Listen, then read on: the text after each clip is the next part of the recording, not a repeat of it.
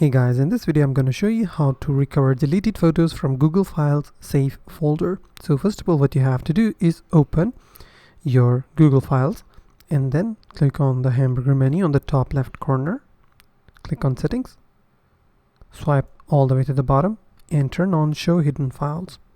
Now once you turn it on, now you have to try your luck and check if this works or not. Now try open your Save folder, type in your PIN code or password of your Save folder and check if there are files available or not. And if you see all of your data, you're good to go. You can like the video, but in case if you still not able to find your photos, what you can do is go back and go to the bin folder or trash folder and check if you can find your files here or not.